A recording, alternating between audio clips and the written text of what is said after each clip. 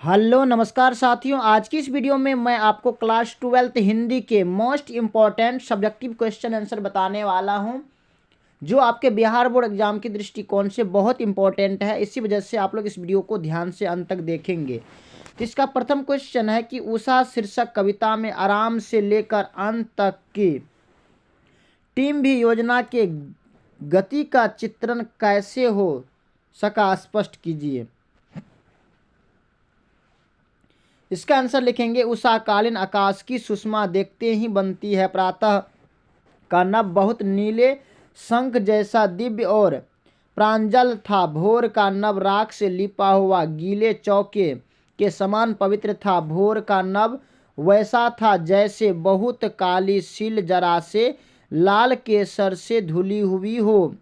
लालिमा छा गई थी स्लेट पर, लाल खरिया चौक कोई मल दे तो जैसा रंग उभरेगा वैसा नभ का रंग था। नीले जल में किसी आदमी की हिलती ही दे वैसा नभ था। उषा का जादू जब टूटता है तो सूर्योदय हो जाता है। निष्कर्षतः उषा के सार्थक प्रांजल दिव्य और पारदर्शी बिंबों का निर्माण कवि शमशेर ने किया। कविता बिंबों और विशेषणों के सार्थक बन गई। दूसरा प्रश्न है कि पुत्र वियोग का शीर्षक कविता का भावार्थ प्रकट करे। तो इसका आंसर लिखेंगे, राष्ट्रीय काव्य धारा की कवित्री सुभद्रा कुमारी चौहान हिंदी की विशिष्ट कवित्री है। पुत्र वियोग शीर्षक कविता में पुत्र के निधन के बाद माँ के हृदय में उठने वाली शोक भावनाओं को कवित्री ने अभिव्यक्ति दी है। सारे संसार में उल्लास की लहर दौड़ रही है, सारी दिशाएं हंसती नजर आती है, लेकिन मृत्यु के बाद कवित्री माँ का खिलौना उसका पुत्र वापस नहीं आया। माँ ने उसे कभी गोद से नहीं उतारा कि कहीं उसे ठंड न लग जाए। जब कभी भी वह पुत्र माँ कहकर पुकार देता था तो वह दौड़कर उसके पास आ जाती थी, उसे थपकी दे देकर सुलाया करती थी, उसे मधुर संगीत की लोरियां गाती थी। उसके चेहरे पर तनिक भी मलिनता का शौक देखकर कवित्री माँ रात भर सो नहीं पाती थी। पत्थरों के देवताओं को वह मानकर वह देवता मानकर पुत्र कल्याण की आकांक्षा कामना करती थी। नारियल दूध और बतासे भगवान को अर्पित करती थी, कहीं सिर झुकाकर देवता को प्रणाम करती थी। बेटे की मृत्यु के बाद उसके प्राण कोई लौटा नहीं पाया। कवित्री माँ हारकर बैठ गई। उसका शिशु बालक इस धरती कहते हैं उसका शिशु बालक इस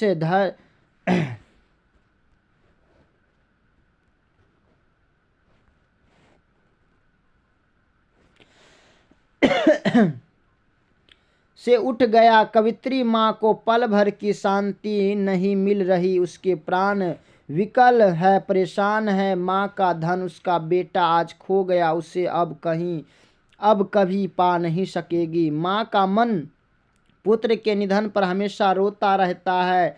अब यदि एक बार वह पुत्र जीवित हो जाता तो उसे मन से लगाकर प्यार करती, उसके सिर को सहला सहला कर उसे समझाती। क्या समझाती? उसे समझाती कि ए मेरे प्यारे बेटे, तुम कभी माँ को छोड़कर ना जाना।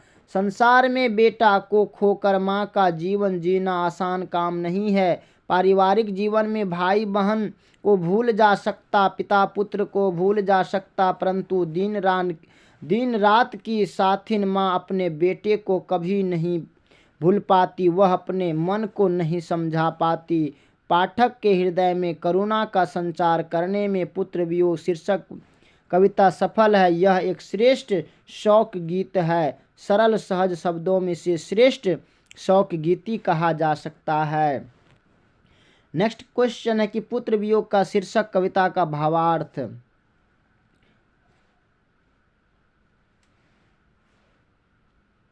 अब नेक्स्ट क्वेश्चन है कि जहाँ भय है वहाँ मेघा नहीं हो सकती क्या। तो इसका आंसर लिखेंगे, यह भय हमारे चिंतन की प्रक्रिया को आक्रांत कर देता है। हम अपने जीवन में परंपराओं को और रूढ़ियों, पूर्व प्रदत्त सिद्धांतों को ही पर्याप्त और अंतिम सत्य मानकर अपनी मौलिकता और सृजनात्मकता का नाश कर देते हैं। सृजनात्मक क्या है? सृजनात्मकता और मौलिकता की अनुपस्थिति ही वस्तुतः मेघा की अनुपस्थिति है। अतः यह कहना चिंतांत उचित है कि जहाँ भय है वहाँ मेघा नहीं हो सकती।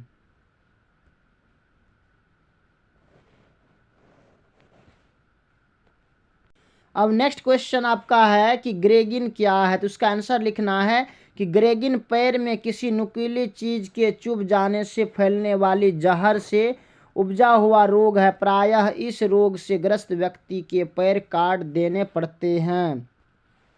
नेक्स्ट क्वेश्चन है कि तुलसी के हृदय में किसका डर है? उत्तर, तुलसी के हृदय में इस बात का डर है कि इस भयावह और दारुण कली काल में जबकि दुष्ट प्रवृत्ति के लोगों का मनोबल बढ़ता ही जा रहा है, कहीं लोप ही न हो जाए साधु और सुहृद समाज का। इसी बात का डर है तुलसीदास को। नेक्स्ट क्वेश्चन है कि लेखक की अब त्रिच का सामना नहीं आता, क्यों? इसका उत्तर लिखेंगे कि लेखक के स्वप्न का संबंध त्रिच के प्रति एक जन्मजात भय से है। वह आत्मभ्रम से परिपूर्ण यथार्थ यानी कि यथार्थ की मनोदशा में जीता है। शहर गए पिता और मौत की खबरें उसे एक काल्पनिक यथार्थ की तरफ ले जाती है, जहां उसे लगता है कि जिस तरह वह अपने सपनों में त्रिच से बचने के लिए हर संभव प्रयास करता है, भय की चरम दशा और मौत को देखकर जिस तरफ वह छटपटाकर चीख पड़ता है, उसी तरह की मनोदशा से शहर गए पिता गुजरे होंगे। वह त्रिच से कहते हैं कि वह त्रिच से जुड़े मित्र को मिटाने के लिए उसे जंगल में जला आता है। पिताजी फिर भी मर जाते हैं। लेखक यह खतरनाक और जानलेवा कहते हैं लेखक यह महसूस करता है कि त्रिच से जुड़े अंधविश्वास की अपेक्षा शहर में व्याप्त अंधविश्वास ज़्यादा खतरनाक और जानलेवा है। इस तरह पिता की मौत के यथार्थ से परिचित हो जाने तथा त्रिच के भी स्वयं द्वारा मार दिए जाने के बाद उक्त मनोदशा में मनोवैज्ञानिक रूप से बाहर आ चुका है, अतः उसे अब त्रिच का सामना नहीं आता। नेक्स्ट क्वेश्चन है, देखिए इसको जो है ना अगर आप अच्छे से सुनते हैं ना, सुनने से भी आपको आधा याद हो जाएगा। उसके बाद इसके मेन पॉइंट को आपको याद करना है। और मैं एक बात कहना चाहूँगा कि अगर अभी तक आपने हमारे यूट्यूब चैनल को सब्सक्राइब नहीं किए हैं, प्लीज़ सब्सक्राइब करेंगे, लाइक करेंगे और अपने दोस्तों को भी शेयर करेंगे।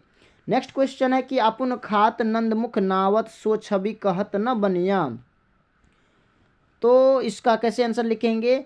जब कहते हैं कृष्ण जब भोजन करते समय अपने नन्हे हाथों से नंद के मुख में निवाला डालते हैं, तो कवि को यह विलक्षण दृश्य वर्णन की सीमा से परे जान पड़ता है। अर्थात बालक कृष्ण के अंदर बालकपन के साथ नंद के प्रति जो एक स्वाभाविक प्रेम है, वह इस प्रक्रिया में एक साथ दिखाई पड़ता है। पिता और पुत्र के असीम अगाध और गहन प्रेम के इस अनुपम दृश्य की शोभा वाकई शब्दों की सीमा में अटाई जा सकती है।